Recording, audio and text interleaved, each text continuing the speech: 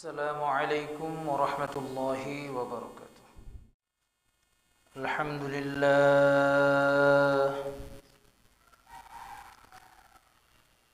لله نحمده ونستعينه ونستغفره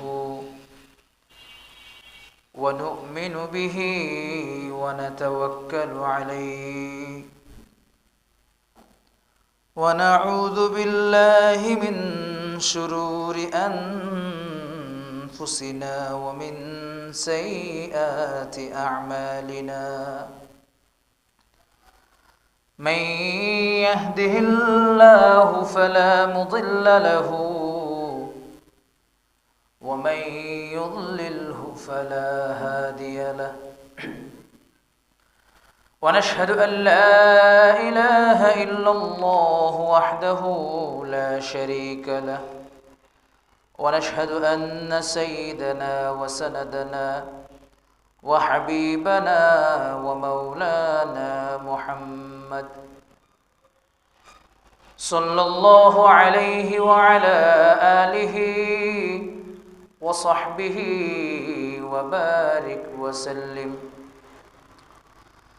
أما بعد فقد قال الله تعالى في كلامه المجيد وفي فرقانه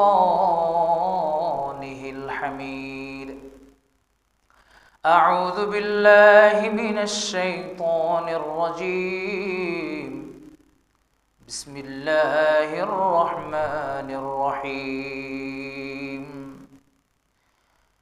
إن الذين قالوا ربنا الله ثم استقاموا تتنزل عليهم الملائكة ألا تخافوا ولا تحزنوا وأبشروا بالجنة التي كنتم توعدون. وقال تعالى: ولو ترى إذ يتوفى الذين كفروا الملائكة يضربون وجوههم وأدبارهم وذوقوا عذاب الحريق. وقال سيدنا رسول الله صلى الله عليه وسلم: أكثروا ذكر هادم اللذات الموت، أو كما قال عليه الصلاة والسلام.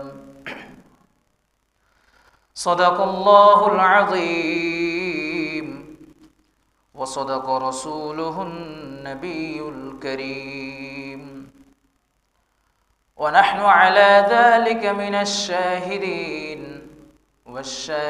والشاكرين، والحمد لله رب العالمين. اللهم صل على محمد وعلى آل محمد كما صليت على إبراهيم وعلى آل إبراهيم إنك حميد مجيد. اللهم بارك على محمد وعلى آل محمد كما باركت على إبراهيم وعلى آل إبراهيم إنك حميد مجيد.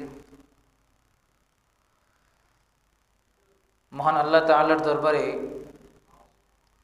অসংখ্য অগণিত শুকরিয়া জ্ঞাপন করি যে মহান রব্বুল আলামিন আমাদেরকে পবিত্র দিন রজব মাসের এক পবিত্র জুমায় আল্লাহর ঘর মসজিদে এসে কিছু কথা বলার এবং শোনার জন্য তৌফিক দিচ্ছেন।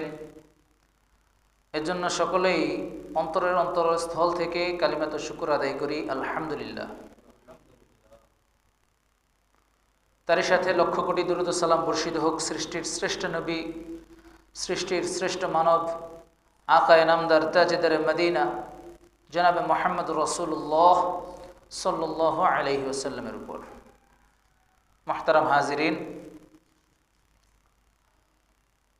আমরা সকলেই আমাদের আলোচনার ধারাবাহিকতা সম্পর্কে অবগত আছি। এই ধারাবাহিকতার আলোচনাকে সামনে রেখে আমি পবিত্র কালামুল্লাহ শরীফ থেকে দুইখানা আয়াত এবং রাসূলুল্লাহ সাল্লাল্লাহু আলাইহি ওয়াসাল্লামের হাদিস থেকে একখানা হাদিস আপনাদের সামনে পেশ করেছি। উক্ত আয়াতদ্বয় এবং রাসূলুল্লাহ সাল্লাল্লাহু আলাইহি ওয়াসাল্লামের হাদিসের আলোকে আজকের আলোচনার বিষয়বস্তু হলো মুমিন ও বেঈমানদের মৃত্যুর পার্থক্য। মুমিন ও বেঈমানদের মধ্যে মৃত্যুর পার্থক্য। আল্লাহ তাআলা চান তো এই ব্যাপারে কিছু আলোচনা করার চেষ্টা করব। ওয়া মা তাওফীকি ইল্লা বিল্লাহ। তো মুহতারাম হাজিরিন, মৃত্যু একটি অনিবার্য বিষয়, আবশ্যক বিষয়, ঘটবেই। কার মৃত্যু কখন হবে এটা যদিও সময়, স্থান, কাল, পাত্রভেদে এটা ঘটে, কিন্তু মৃত্যু এটা ঘটবে, এটা অনিবার্য বিষয়। মৃত্যু হবেই হবে ইনশাআল্লাহ। মৃত্যু এমন একটা পরিস্থিতিতে মানুষের আসে, মৃত্যু এমন একটা পরিস্থিতিতে মানুষের আসে যে পরিস্থিতিটা আসলে মানুষের বোধগম্যের বাইরে। মানুষ মারা যাওয়ার সময় যখন মুমূর্ষু থাকে তখনও সে বাঁচতে চায়, তখনও সে বাঁচার জন্য একটা ইচ্ছা করে, কেমন যেন একটা ইচ্ছা করে। দেখবেন আপনাদের কাছে অনেকে দোয়া চায়, মুরব্বী হয়েছে, অনেকে দোয়া চায়, দোয়া করেন বাচ্চা থাকলে এই কাজটা করে দিয়ে যাবো। এটা হচ্ছে একটা বাস্তব পরিস্থিতি। প্রত্যেকটা মানুষ তার নির্ধারিত সময় ইন্তেকাল করবে, কিন্তু তার কাছে পরিস্থিতিটা অনেক ঘোলাটে থাকবে। প্রত্যেকটা মানুষকে আল্লাহ তাআলা এরকম আশা দিয়ে পাঠিয়ে দিয়েছে দুনিয়ার মধ্যে। তো সে যেমন ধন, মাল, সম্পদ, সম্মান, ইজ্জত এগুলা কামাই করতে থাকে তার আশা অনুযায়ী। আপনার যদি আজকে 2 টাকা কামাই করতে আশা না থাকে তাহলে তো আপনি ঘর থেকে বের হবেন না সকালে। আপনার যদি কিছু খাওয়ার ইচ্ছা না থাকে আপনি তো দোকানে যাইবেন না। তা আল্লাহ তাআলা মানুষদেরকে দুনিয়াতে পাঠিয়ে দিলেন আশা দিয়া ভইরা। এজন্য মানুষ মইরা যাইতেছে একদম মুমূর্ষ অবস্থায়। মানুষ যখন মুমূর্ষ হয়ে যায় আমরা দেখতে যাই না, তখনও তার মধ্যে যেন একটা আশা থেকেই যায়। কিন্তু এই আশাগুলা নিরাশা হয়ে যায় যখন সে বেঈমান হয়ে মারা যায়। তার আশা যখন সে নেক আশাগুলো করে থাকে, যখন কথার কথা আমার একটা ইচ্ছা হইল যে আমি একটা মাদ্রাসা স্থাপন করে অথবা একটা মসজিদ বানায়া স্থাপন করে আমি মারা যেতে চাই, এটা আমার একটা ইচ্ছা।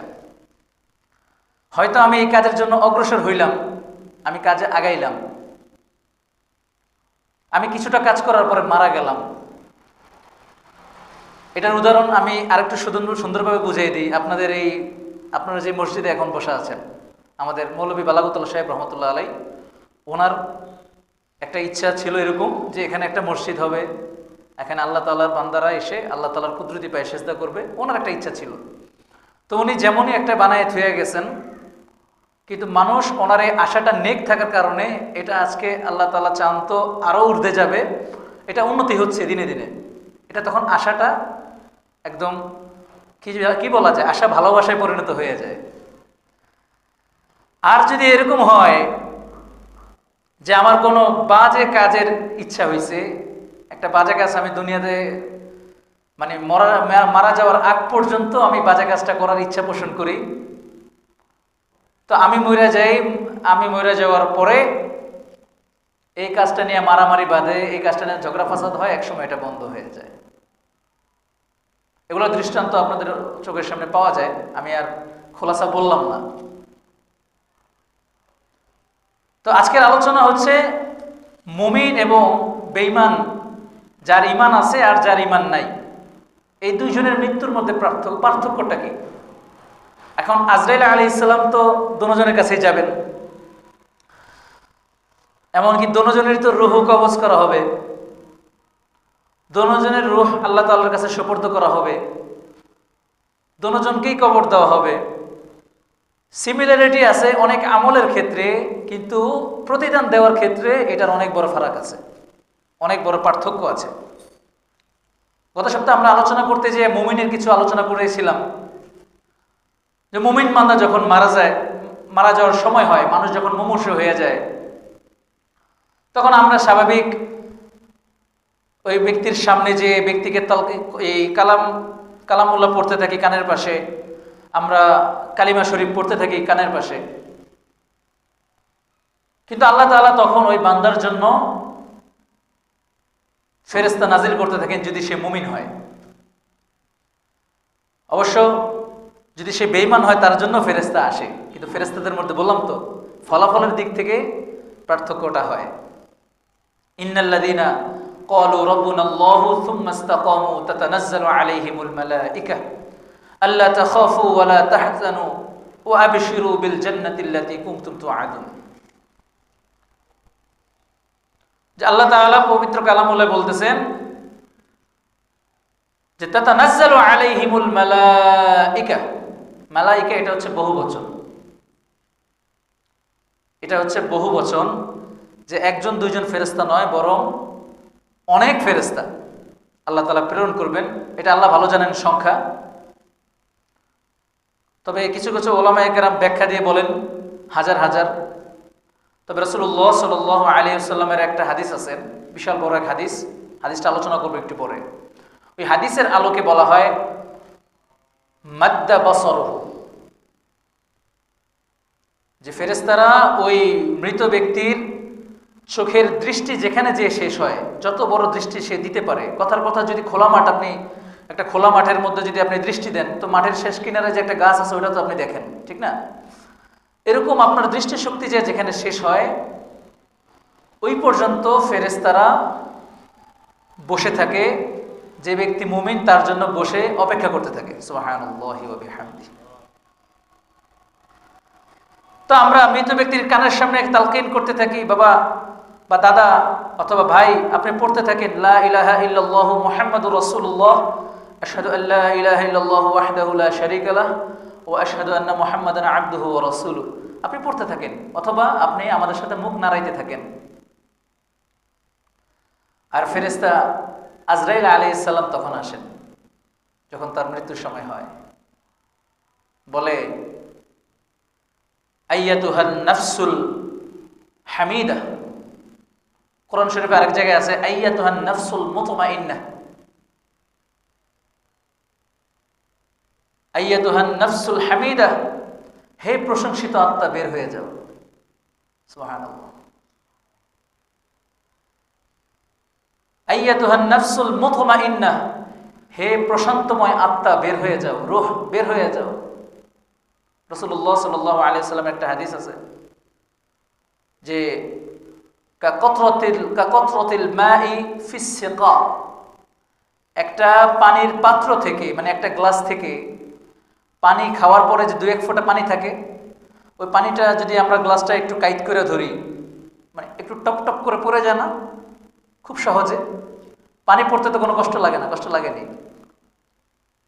যদি মধু হইতো পড়তে পড়তে অনেক সময় লাগতো, অনেক ঘন হইতো, কিন্তু পানি তো টুস করেই পড়ে যায়।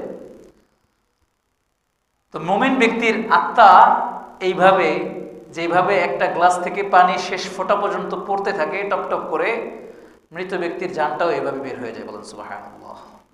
এটা হচ্ছে মৃত ব্যক্তির জন্য আল্লাহ তাআলার পক্ষ থেকে নেয়ামত। শুধু তাই না, আল্লাহ তাআলা ফেরেশতাদেরকে দুইটা মুখ্যম জিনিস দিয়েছেন, দুইটা পাওয়ারফুল। যারা এই মৃত ব্যক্তিকে নিতে আসছে এদেরকে দুইটা পাওয়ারফুল জিনিস দেন। একটার নাম হচ্ছে জান্নাতের কাফন, কাফনের কাপড়। দুই নম্বর হচ্ছে জান্নাতের সুগন্ধি। তো মৃত ব্যক্তির যখন জানটা এভাবে বের হয়ে যায়, আজরাইল আলাইহিস সালাম এই কথা তো বলতে থাকেন আইয়াতুহান নাফসুল হামিদা, আইয়াতুহান নাফসুল হামিদা উখরিজু উখরিজু, বের হয়ে যাও, বলে ফেলে। সাথে সাথে বলতে পারে মাগফিরাতাম মিনাল্লাহ, তোমার আল্লাহ তোমাকে ক্ষমা করে দিয়েছেন। সুবহানাল্লাহ, আল্লাহ তাআলা তোমাকে ক্ষমা করে দিয়েছেন, তুমি বের হয়ে যাও। ইরজিই ইলা রাব্বিকি রাদিয়াতাম মারদিয়াহ, ইরজি ইলা রাব্বিকি রাদিন, তোমার রব তোমার প্রতি সন্তুষ্ট হয়ে তোমাকে নিতে পাঠাইছে, তোমাকে মাফ করে দিচ্ছেন, তুমি বের হয়ে চলে আসো। সুবহানাল্লাহি ওয়া বিহামদিহি। এটা হচ্ছে মুমিন ব্যক্তির জন্য এক নেয়ামত। তো আজরাইল আলাইহিস সালাম এভাবে জানটাকে বের করেন, কাউকে দিতে চাইতেছেন না, কারণ মুমিন ব্যক্তির জান আল্লাহ তাআলার মাখলুকদের মধ্যে শ্রেষ্ঠ মাখলুকটা হচ্ছে মুমিন মাখলুক। মানে মানুষদের মধ্যে নবী আম্বিয়াদের পরে মুমিনরাই হচ্ছে সর্বশ্রেষ্ঠ। এই শ্রেষ্ঠ এই মাখলুকের জানকে হযরত আজরাইল আলাইহিস সালাম বা মালাকুল মউত এসে নিজের কাছে রেখে দিতে চান, কিন্তু যারা জান্নাতের ফেরেশতা আছে তারা বলে, এই মৃত্যুর ফেরেশতা, আপনার দায়িত্ব শেষ হওয়ার পর আমাদেরকে দিয়ে দেন। সুবহানাল্লাহ, আপনার দায়িত্ব শেষ হওয়ার পর আমাদেরকে দিয়ে দেন। তো একটা শিশু বাচ্চাকে যেভাবে আমরা, একটা শিশু বাচ্চা জন্ম হইলে এভাবে আমরা টয়লা দিয়া ভালোভাবে পেঁচায় কোলে নেই না? হ্যাঁ, একদম নতুন বাচ্চা আজকে জন্ম হয়েছে, এইভাবে তারা ফেরেশতারা এই মুমিন ব্যক্তির আত্মাকে এইভাবে কোলে নিয়ে থাকে। সুবহানাল্লাহ, মৃত ব্যক্তির আত্মাকে কোলে নিয়ে ফেলে। শুধু তাই না, আল্লাহ তাআলা বলেন ফেরেশতারা, আফশিরু বিল জান্নাহ ওয়া আবশির ওয়া আলবিসু বিল জান্নাহ মিনাল জান্নাহ ওয়া ফুতিহাত লাহুম আবওয়াবুস সামা। এখন তো দুনিয়ার মানুষ, আমরা মারা গেলে, এই যে এখন ইমাম সাহেব যদি মারা যায়, তাহলে আপনারা কি করবেন? ইমাম সাহেবের জন্য সর্বোচ্চ 3টা কাফনের কাপড়, হ্যাঁ, আর একটু মাটির জায়গা, এটাই তো দিবেন।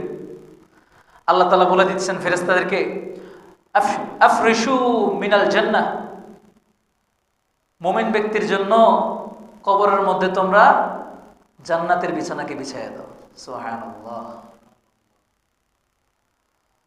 ওয়া আলবিসু মিনাল জান্নাহ, মুমিন ব্যক্তির জন্য তোমরা জান্নাতের পোশাক নিয়ে আসো, পরায়া দাও। ওয়া ফুতিহাত লাহুম আবওয়াবুস সামা, আর এই মুমিন ব্যক্তির জন্য তোমরা জান্নাতের দরজাকে খুলে দাও। সুবহানাল্লাহ। মুমিন ব্যক্তি যখন জানটা কবজ হইতে থাকে, হাসতে হাসতে যখন জান্নাতে যায়, তখন একটা মজার হেকায়াত আছে। মুমিন ব্যক্তি যখন মারা যেতে থাকে, তো আল্লাহ তাআলা জান্নাতের দরজাকে খুলে দেন। জান্নাতের দরজা খুলে দেওয়ার পরে জান্নাতের মধ্যে যে হুরেরা আছে, জান্নাতি মহিলা, আল্লাহ তাআলার পক্ষ থেকে যে নেয়ামত, এই জান্নাতের হুরেরা ওই মুমিনকে দেখে নাচানাচি করতে থাকে। সুবহানাল্লাহ, বলতে থাকে, আহলান সাহলান মারহাবান তাইবান উশতুন উশতুন আহাদান আহাদান, সম্বর্ধনা দিতে থাকে। আমরা যেমন বলি না, আমাদের যেমন প্রধান অতিথি আসলে প্রধান অতিথির আগমন, শুভেচ্ছা, স্বাগতম বলি না, এরকম জান্নাতের যে রমণীরা রয়েছে, হুরেরা, তারা আহলান সাহলান মারহাবান দিতে থাকে, আসেন আসেন। আর মুমিন ব্যক্তি জান্নাত, এই দুনিয়াতে থাইকায় জান্নাতের মধ্যে হাত দিয়া এই নারীদেরকে ধরতে চায়, এই জান্নাতের নাজ নেয়ামতকে ধরতে চায়। আল্লাহ তাআলা বলে, থামো বান্দা, তুমি থামো, সবুর করো। তখন তার জানটা বের হয়ে যায়। মৃত্যুর ফেরেশতারা তার জান্নাতের ফেরেশতারা তার এই আত্মাটাকে নিয়ে পাড়ি দিতে থাকে। দুনিয়ার থেকে শুরু করে, জমিন থেকে শুরু করে সপ্ত আসমান পর্যন্ত তারা এই মুমিন ব্যক্তির আত্মাকে শিশু বাচ্চার মতো কোলে নিয়ে যাইতে থাকে। পথের মধ্যে ফেরেশতারা এদের অন্যান্য ফেরেশতাদের সাথে দেখা হয়ে যায়। অন্যান্য ফেরেশতারা বলতে থাকে, এই একজন জান্নাতি লোক, পরস্পর আলোচনা করতে থাকে, একজন আরেকজনকে বলতে থাকে, এই দেখো একজন জান্নাতি লোকের আত্মা নিয়ে যাইতেছে, ফুলান ইবনে ফুলান, অমুকের ছেলে অমুক, একজন জান্নাতের ছেলে। তো যে ফেরেশতারা আত্মাটা নিয়ে যায়, ওই ফেরেশতারা বলতে থাকে, তোমরা কেমনে জানো সে যে একজন জান্নাতি লোক? তো তারা বলে, যখন এই রাস্তা দিয়া জান্নাতি লোকেরা যায়, আল্লাহ তাআলা এদের শরীর থেকে এমন একটা সুগন্ধি বের করে দেয়, যে সুগন্ধি আমরা দুনিয়ার আর কোথাও পাই না। সুবহানাল্লাহ। তখন আল্লাহ তাআলার এই ফেরেশতারা মুমিন বান্দাকে নিয়ে সপ্ত আসমান পর্যন্ত চলে যায়। আল্লাহ বলে, এবার থামো, এবার আমার এই বান্দার উকতুবু কিতাব আবদি ফি ইল্লিয়িন, ইল্লিয়িন নামক এক স্মৃতিসৌধ আছে, এখানে তোমরা আমার এই বান্দার নাম স্বর্ণ অক্ষরে লিখে দিয়ে দাও। সুবহানাল্লাহ, সম্মান দিয়ে দিল। এদিক দিয়ে আমরা এই মৃত ব্যক্তির লাশকে নিয়ে কবরে চলে গেলাম। তো মুমিন ব্যক্তির যখন জানাজা যায়, লাশ যখন কবর পর্যন্ত যায়, তা হাদিসে আছে এই লাশের যে কাফেলা যায়, এই লাশের কাফেলার সাথে হাজার হাজার ফেরেশতা এখানে শামিলে হাল হয়ে যায়। বলেন সুবহানাল্লাহ। জানাজার মধ্যেও শামিল হয়। বড় পীর আব্দুল কাদের জিলানী রহমতুল্লাহ আলাইহির একটা ঘটনা বলেছিলাম, কোরআনের আলোচনা করছি যেদিন। তা আব্দুল কাদের জিলানী রহমতুল্লাহ আলাইহির এখানে একটা ঘটনা বলছিলাম যে এক জানাজার দাওয়াত তিনি পাইলেন। ওই জানাজার নামাজ পড়তে যেয়ে তিনি অনুভব করলেন যে এখানে শুধু মানুষ নয়, এখানে অন্য কোনো জাতও বিদ্যমান আছে। তখন তিনি খোঁজখবর লাগায় দেখলেন যে এই লোক কোরআন পড়তে জানতো না, তবে কোরআন নিয়ে কান্নাকাটি করতেছিল, কান্নাকাটি করতো, আল্লাহ তাআলা দরবারে মাফ চাইতো। আল্লাহ তাআলা তাকে এমনভাবে কবুল করলেন যে আল্লাহ তাআলা স্বপ্নযোগে আব্দুল কাদের জিলানীকে দেখায় দিলেন যে অমুক জায়গায় এক লোক মারা গেছে, ওর জানাজা পড়ে আসো। সুবহানাল্লাহি ওয়া বিহামদি। এটা হচ্ছে মুমিন বান্দার আল্লাহ তাআলার পক্ষ থেকে দেওয়া হাদিয়া। আল মাউতু হাদিয়াতুল মুমিনিন। মৃত্যুটা দিয়ে দিলেই, মৃত্যুটা হচ্ছে মুমিনের জন্য উপহারের মতো। কুল্লু নাফসিন যায়িকাতুল মাউত ওয়া ইন্নামা তুওয়াফাউনা উজুরাহুম ইয়াওমাল কিয়ামাহ। মৃত ব্যক্তির সাথে যে একটা লেনদেন হয়, মুমিন ব্যক্তির সাথে যে দুনিয়াতে আল্লাহর একটা লেনদেন হয় যে তুমি আমার দুনিয়াতে আইসা আমার গুণগান গাইতে থাকো, আমি তোমাকে আখিরাতে এর প্রতিদান দিব।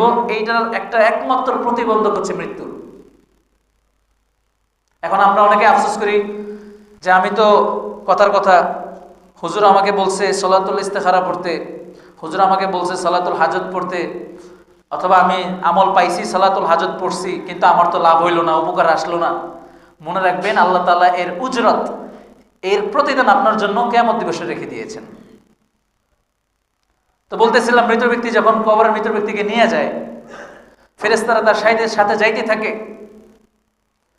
ফেরেশতারা যখন মৃত ব্যক্তি, মানুষ যখন মৃত ব্যক্তিকে কবরে রেখে চলে আসে, আল্লাহ তাআলা তো আগেই ফেরেশতাদেরকে আদেশ দিয়ে দিলেন কবরে জান্নাতের বিছানাকে বিছায়া দাও, তার পোশাকে জান্নাতের পোশাক পরায় দাও। এরপরে দুইজন সুদর্শন পুরুষ আসে, দুইজন খুবই সুদর্শন ফেরেশতা, মানে ফেরেশতার মতোই দেখতে, চলে আসে।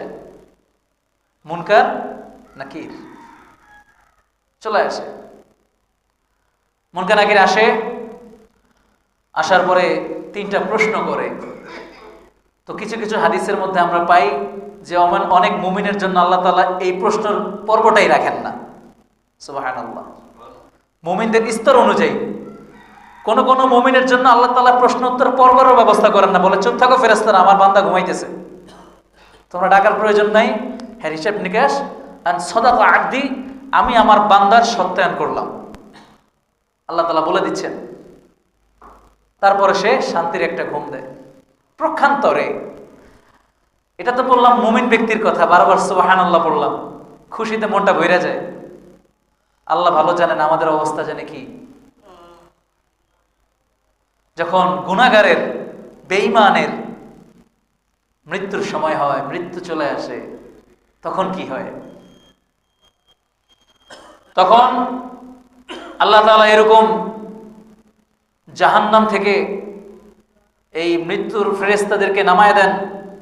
এরা মৃত্যুর এই বেঈমানের জন্য, যেটাকে বলা হয় আমাদের দেশে সালার বস্তা, একদম নিম্নমানের কাপড় এর জন্য নিয়ে আসে। কাপড়ও বলা যাবে না, সালা বলেন, নিয়ে আসে। তখন আজরাইল আলাইহিস সালাম আসে। কি পরিমাণ ফেরেশতা আসে, তার চোখের দৃষ্টি যতটুকু যায় ততটুকু পর্যন্ত ফেরেশতারা কাতারবন্দি হইয়া তার জন্য অপেক্ষা করতে থাকে, মুগুর নিয়া তাকে নেওয়ার জন্য। ফেরেশতা আজরাইল আলাইহিস সালাম বলেন, উখরিজ ইয়া আইয়ুহান নাফসুল খাবিস, হে অপবিত্র আত্মা বের হ, অপবিত্র আত্মা বের হ, খবিস বের হয়ে যা। কিভাবে বের হয়? তানাজা রূহাহু নাযাআন শাদীদান, তার এই জানকে কবজ করা হয় খুবই কঠিনভাবে।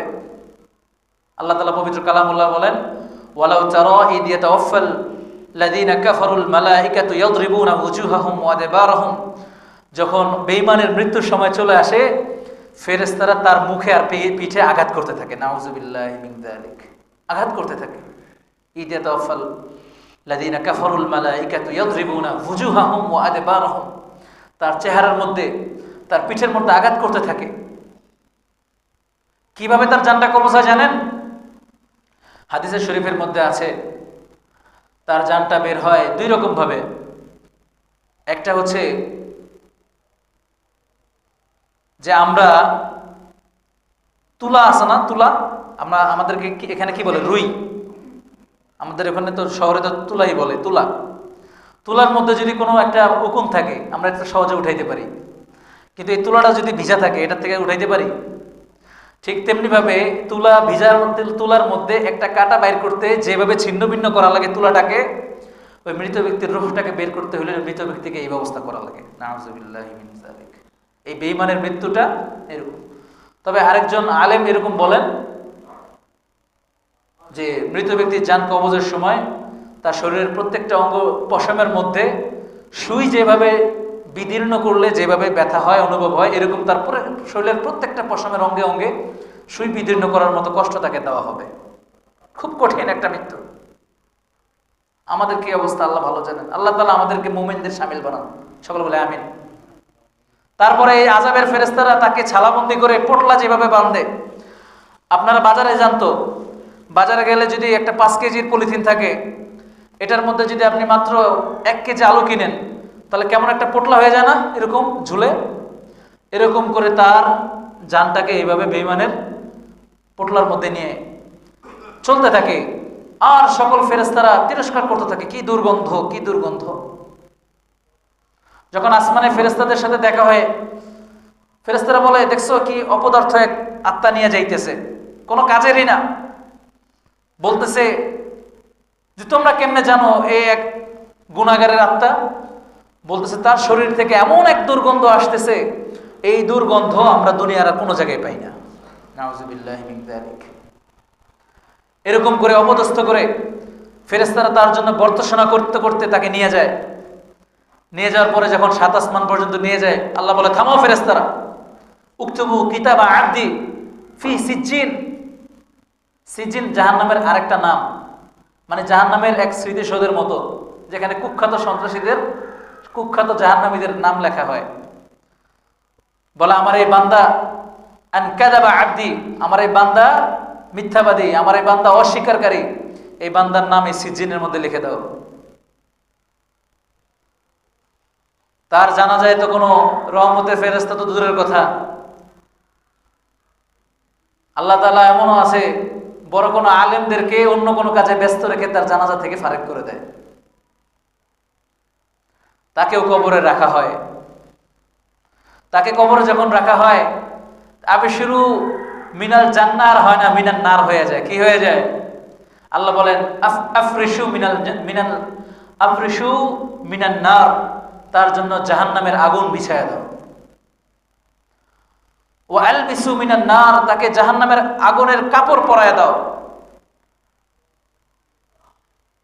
ওয়ালাম তুফতাহ লাহুম আবওয়াবুস সামা, তার জন্য জান্নাতের, তার জন্য আসমানের কোনো দরজা আর খুলল না। তার জন্য আসমানের কোনো দরজা খোলা হবে না। তবে হাদিস শরীফের মধ্যে আছে তার জন্য আসমানের দরজা খোলা হবে, কিন্তু সরাসরি জাহান্নাম। নাউযুবিল্লাহি মিন যালিক। সে যখন, তারা যখন রাখা হবে, ওই সময় থেকে সে জাহান্নামের তীব্রতা অনুভব করতে থাকবে। কারণ তার পিঠের নিচেও আগুন, শরীরেও আগুন। এখন উপরে যে দরজাটা খুলছে, ওই দরজার থেকেও জাহান্নামের নিঃশ্বাস, জাহান্নামের প্রশ্বাস, জাহান্নামের নির্যাস তার কবরে পড়তেছে। তার কবরের মধ্যে সে আযাব আসা শুরু হয়ে গেছে। তারপরে 2 জন ফেরেশতা আসে, নাম কি? মুনকার, নাকির। বলছিলাম আগে, আলোচনা শুরুতেই বলছি যে মৃত ব্যক্তি চাই মুমিন হোক, চাই বেঈমান হোক, চাই মুমিন হোক, চাই বেঈমান হোক, কিন্তু মৃত্যুর পরের কিছু কার্যকলাপের মধ্যে সিমিলারিটি আছে। যদিও মৃত্যুটা অনেক ভয়াবহ এবং সুন্দরের মধ্যে পার্থক্য আছে, ঠিক তেমনি ভাবে দুজন ফেরেশতা আসে, বিশাল লম্বা লম্বা চুলওয়ালা, খুবই তীব্র রাগান্বিত অবস্থায়, চোখগুলা লাল লাল, বোঝা যাইতেছে খুব অবস্থা খারাপ। তাকে প্রশ্ন করতে থাকে, 3টা প্রশ্ন। মুমিনের জন্য প্রশ্ন করে, ভাই সাহেব, মার রব্বুকা, মান দীনুকা, ওমান হাযার রাজুল বুইসা ফীকুম, অথবা ওমান নাবিয়ুকা। মুমিন ব্যক্তি তো একটা উত্তর দেয়। আর যে ব্যক্তি জাহান্নামী থাকে, যে ব্যক্তি বেঈমান থাকে, ওই ব্যক্তিকে বলে মার রব্বুক, বলে হাযা লা আদরি, এই প্রশ্নের উত্তর আমি জানি না। ওমান দীনুক, তোমার ধর্ম কি, বলে হাযা লা আদরি, আমি জানি না, এই প্রশ্নের উত্তর আমার জানা নাই। ওমান হাযার রাজুল বুইসা ফীকুম, তোমাদের কাছে যে একজন নবীকে প্রেরণ করা হয়েছিল, একটা আকৃতি বা একটা ছবি হয়তো দেখানো হবে যে এই ব্যক্তিকে যে তোমাদের কাছে আনা হয়েছিল, এই ব্যক্তিকে, বলে হাযা লা আদরি, আমি জানি না। শেষ। আল্লাহ তাআলা বলবেন আন কাযাবা আবদি, আমার এই বান্দা আমাকে অস্বীকার করেছে, আমার এই বান্দা আমার ধর্মকে, আমার নবীকে অস্বীকার করেছে, তারে চির শাস্তি দিয়ে দাও। হুম ফিহা খালিদুন, কিয়ামত পর্যন্ত জ্বলবে, এখানেও পরেও জ্বলতে থাকবে। প্রক্ষান্তরে মৃত ব্যক্তি যদি মুমিন হয়, মুমিন ব্যক্তিকে জিজ্ঞেস করবে মার রব্বুক, কি বলবেন? রব্বি আল্লাহ, আমার রব আল্লাহ। ওমান দীনুক, তোমার ধর্ম কি? দীনিয়াল ইসলাম, আমার ধর্ম হচ্ছে ইসলাম। ওমান হাযার রাজুল বুইসা ফীকুম, এই ব্যক্তিকে, যে ব্যক্তিকে তোমাদের কাছে প্রেরণ করা হয়েছে, বলবেন নবী আল্লাহ সাল্লাল্লাহু আলাইহি ওয়াসাল্লাম, বলেন অথবা নবী সাল্লাল্লাহু আলাইহি ওয়াসাল্লাম। উত্তর এভাবে সুন্দরভাবে দিয়ে দিবেন। এই জন্য উলামায়ে কেরাম এবং অনেক মনীষীরা একটা আমল বলে দেন, আমলটা আমার সাথে সাথে আপনারা করেন ইনশাআল্লাহ। প্রত্যেক দিন ফজরের পরে এবং প্রত্যেক দিন মাগরিবের পরে আপনারা এই আমলটা করবেন 7 বার করে। কয়বার করে? 7 বার। আমার সাথে সাথে বলেন রাদিতু বিল্লাহি রাব্বা ওয়া বিল ইসলামি দীনা ওয়া বি মুহাম্মাদিন সাল্লাল্লাহু আলাইহি ওয়াসাল্লাম নাবিয়্যাও ওয়া রাসূলা। রাদিতু বিল্লাহি রাব্বা ওয়া বিল ইসলামি দীনা ওয়া বি মুহাম্মাদিন সাল্লাল্লাহু আলাইহি ওয়াসাল্লাম নাবিয়্যাও ওয়া রাসূলা। তো উলামায়ে কেরাম বলেন এই আমল যদি কেউ সকাল বিকাল 7 বার পড়ে, তো মৃত্যুর পর তার এই কবরের জগতের প্রশ্নের উত্তর সহজ হয়ে যায়। সুবহানাল্লাহি ওয়া বিহামদিহি, তার প্রশ্ন উত্তর সহজ হয়ে যায়। আপনি যেমন পরীক্ষার আগে যদি একটা প্রশ্ন বারবার পড়ে যান, তাহলে উত্তর তো সহজ হবেই। এটা হচ্ছে আপনার আল্লাহ তাআলাকে, তার ধর্মকে এবং নবীকে চেনার পরিচয় এবং সাক্ষ্য। আপনি এই আমলটা ইনশাআল্লাহ আমরা সকলে সবসময় করবো ইনশাআল্লাহ তাআলা। এই হলো মুমিনের এবং যে ব্যক্তি বেঈমান এর মৃত্যুর মধ্যে পার্থক্য। তারপরে তো আসল যেই আলোচনা আছে এগুলো তো আমাদের পরজগতের আলোচনা, কবর পর্যন্ত আলোচনা করে দিলাম।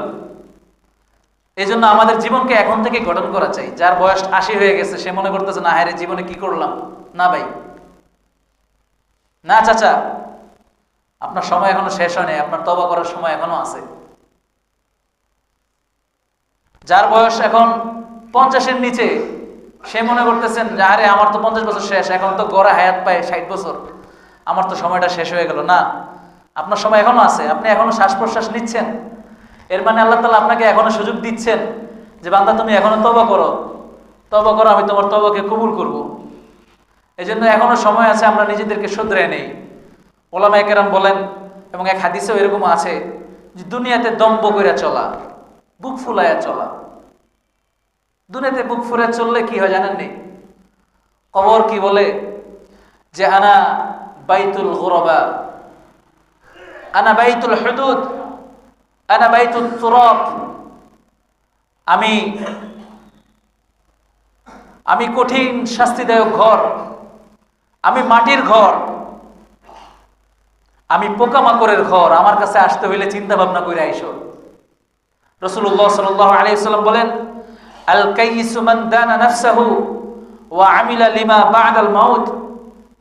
প্রকৃত বুদ্ধিমান ওই ব্যক্তি যে নিজের নফসকে কন্ট্রোল করে এবং তার মৃত্যুর পরের যে ঘাটে আছে কবর, হাসর, মিজান, এগুলোর জন্য সে দুনিয়াতে থেকে আমল করে, সামানাকে রেডি করে। এজন্য আল্লাহ তাআলা আমাদেরকে এই বুদ্ধিমানদের অন্তর্ভুক্ত বানান, আমিন। দুনিয়াতে দম্ভ করে না চলি। দুনিয়াতে দম্ভ করে চললে হাদিসে আছে যে কবর বলতে থাকে যে তুমি দুনিয়াতে দম্ভ করে চলছো, তুমি আমার ভিতরে আইসা দেখো, দুনিয়াতে বুক ফুলায় হাঁটার কি শখটা আছে, এটা আমি মিটাই দিব।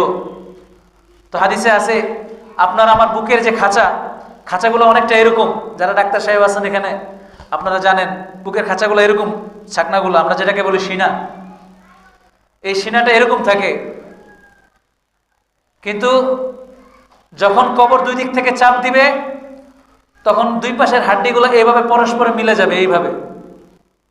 বুঝছেন তাহলে কি চাপটা দিবে আপনাকে? আর যদি আমি যদি মুমিন বান্দা হয়ে কবরে যাইতে পারি, তা আল্লাহ তাআলা বলবেন যে আল্লাহু ওয়াসিউন আলিম, আল্লাহ তাআলা চির প্রশস্ত, তিনি বান্দার জন্য এই কবরকে আরো প্রশস্ত করে দিবেন। বান্দা কবরের মধ্যে এমন শান্তিতে ঘুমাবে, তার কবরে কোনো চিপাচিপিও নাই, তার কবরে কোনো চিপাচিপিও নাই। তাকে জান্নাতের বিছানা বিছাই দিল, তাকে জান্নাতের পোশাক পরাই দিল, এদিক দিয়ে তার মনোরঞ্জনের জন্য আকাশ থেকে জান্নাতের দরজা খুলে দিল। এইভাবে তাকে নাজ নেয়ামত কবর থেকে দেওয়া শুরু হয়ে গেল। এজন্য বলি কুল্লু নাফসিন যায়িকাতুল মাউত ওয়া ইন্নামা তুওয়াফাউনা উজুরাহুম লিয়াউমিল কিয়ামাহ। যে মুমিন যে ব্যক্তি রয়েছে, ওই মুমিন ব্যক্তির জন্য প্রতিদানটা কিয়ামতের দিবসেই পাবে। এখন দুনিয়াতে যেটা আছে এটার জন্য সে ভালো মন্দ যে সকল আমল করছে এগুলোর জন্য সে একটা বোনাস সে কবরের জগতে পাইয়া যাবে, আর বাকি সব খেলা আখিরাতে। এজন্য আল্লাহ তাআলা আমাদেরকে সামানা রেডি করার তৌফিক দান করুন, সকল বলি আমিন। আল্লাহ তাআলা আমাদেরকে পরপরের জন্য নিজেদেরকে প্রস্তুতি নেওয়ার তৌফিক দান করুন, সকল বলি আমিন। আল্লাহ তাআলার পরীক্ষা চিরন্তন সত্য এবং কঠিন। আল্লাহ তাআলার পরীক্ষা আমরা পাশ করার জন্য সামর্থ্যবান না। এই যে হযরত ঈসা আলাইহিস সালামের একটা আলোচনা আছে, ঈসা আলাইহিস সালামের আলোচনা অনেক দীর্ঘ হয়ে যাইতেছে, সময়ও কম। ঈসা আলাইহিস সালামের এক আলোচনায় এখানে এক 500 বছরের আমলকারীর আলোচনা করা হয়েছে। যাই হোক, আলোচনা খুব সংক্ষেপে করে শর্টকাট করে দিচ্ছি। কিয়ামত দিবসে ওই ব্যক্তি চিন্তা করবে যে আমি তো 500 বছর হায়াত পাইছি, 500 বছর আমি আল্লাহ তাআলার জন্য নিজেকে কোরবানি করে দিয়েছি, এই 500 বছরের আমলের কারণে হয়তো আমি নাজাত পেয়ে যাইতে পারি, হয়তো। আল্লাহ তাআলা বলবেন তোমার এই চিন্তা ভাবনা ভুল, তুমি নাজাত পেবা কেবল আমার অনুগ্রহে। আল্লাহ তাআলার অনুগ্রহে কেবল নাজাত পাওয়া যাবে। তখন এই বান্দাকে বলা হবে যে তুমি দুনিয়াতে তো আমার আমল করছো, এটা তো ঠিক আছে, কিন্তু আমি যে তোমাকে নেয়ামত দিছি এই নেয়ামতগুলোর হিসাব দাও। তো বান্দা তো আটকে যাবে, আটকে যায় তার গলা শুকায় যাবে। এখন সে আল্লাহ তাআলার কাছ থেকে অথবা ওইখানে যে ফেরেশতা থাকবে তাদের কাছ থেকে পানি চাইবে যে আমাকে এক গ্লাস পানি দেন, আমার গলা শুকায় গেছে, আমি হিমশিম খেয়ে গেছি। তখন ফেরেশতারা তার আমলনামা থেকে বলবে যে তোমার এই এক গ্লাস পানির দাম হচ্ছে 500 বছরের আমল। গেলনি শেষ হইয়া, 500 বছর আমল করছেন, আমল করার পরে এখন চিন্তা করছে জান্নাতে তো আমি যাবই, কিন্তু আল্লাহ তাআলার ফেরেশতারা ওইখানে জান্নাতের এক গ্লাস পানি বিক্রি করতেছে কত বছরের আমল দিয়ে? 500 বছরের আমল দিয়ে। তারা আমল বাকি রয়েছে, আর তো আমল নাই, শেষ। 500 বছরের আমল দিয়ে সে এক গ্লাস পানি। কারণ কিয়ামতের দিনের যে তীব্রতা আসবে, কোনটা থেকে কোনটা আসবে, মানুষ এটা চিন্তা ভাবনা করার টাইম পাবে না, বলো আগে বাচ্চা লই, আগে নাজাত পেয়ে লই, ইয়া নাফসি ইয়া নাফসি। আল্লাহ তাআলা আমাদেরকে সেই দুর্দিনে আল্লাহ তাআলা আমাদের চির বন্ধু হয়ে যান, সকলে বলে আমিন। আল্লাহ তাআলা আমাদের চির অভিভাবক হয়ে যান, সকল বলে আমিন। আল্লাহ তাআলা আমাদেরকে বুঝার এবং আমল করার তৌফিক দান করেন, আমিন। ওয়া আখিরু দাওয়ানা আনিল হামদুলিল্লাহি রাব্বিল আলামিন।